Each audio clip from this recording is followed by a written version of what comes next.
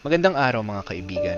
Mayroon akong kwentong ibabahagi sa inyo na nagpapakita sa tunay na diwa ng Pasko. Isang kwentong kapupulutan natin ng aral lalo na ngayong Pasko. Ito ay pinamagatang Ang Ilaw sa Bintana. Tahimik ang gabi sa maliit na baryo ng San Isidro. Walang magagarang parol sa karamihan ng bahay at iilan lamang ang may ilaw sa kanilang mga bintana. Ngunit, sa gitna ng katahimikan, may isang munting bahay na may kandilang nakasindi, maliit, ngunit sapat para magbigay liwanag sa dilim. Doon nakatira si Aling Rosa, isang biyudang naninirahan mag-isa. Wala siyang handang-handa para sa Pasko, walang handa sa mesa, walang bagong damit, at walang handang regalo.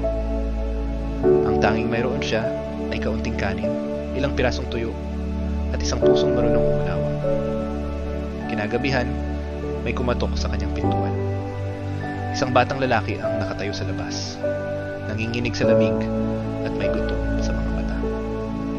"Nanay," mahina nitong sabi, "pwede po ba akong makiupo kahit sandali lang?" Hindi nagatubili si Aling Rosa. Pinapasok niya ang bata, pinaupo, at hinati ang kaunting pagkaing mayroon siya. Habang kumakain ang bata, unti-unting nawala ang lamig sa kanyang mukha. Sa bawat subo, parang unti-unting napupuno ang kakulangan, hindi lang sa tiyan, kundi sa puso. "Merry Christmas po," sabi ng bata bago umalis, may luha sa mga mata at pag-asang muling sumilay. Naiwan si Aling Rosa sa loob ng bahay, tahimik, ngunit hindi na nag-iisa. Umiti siya habang tinititigan ng kandila.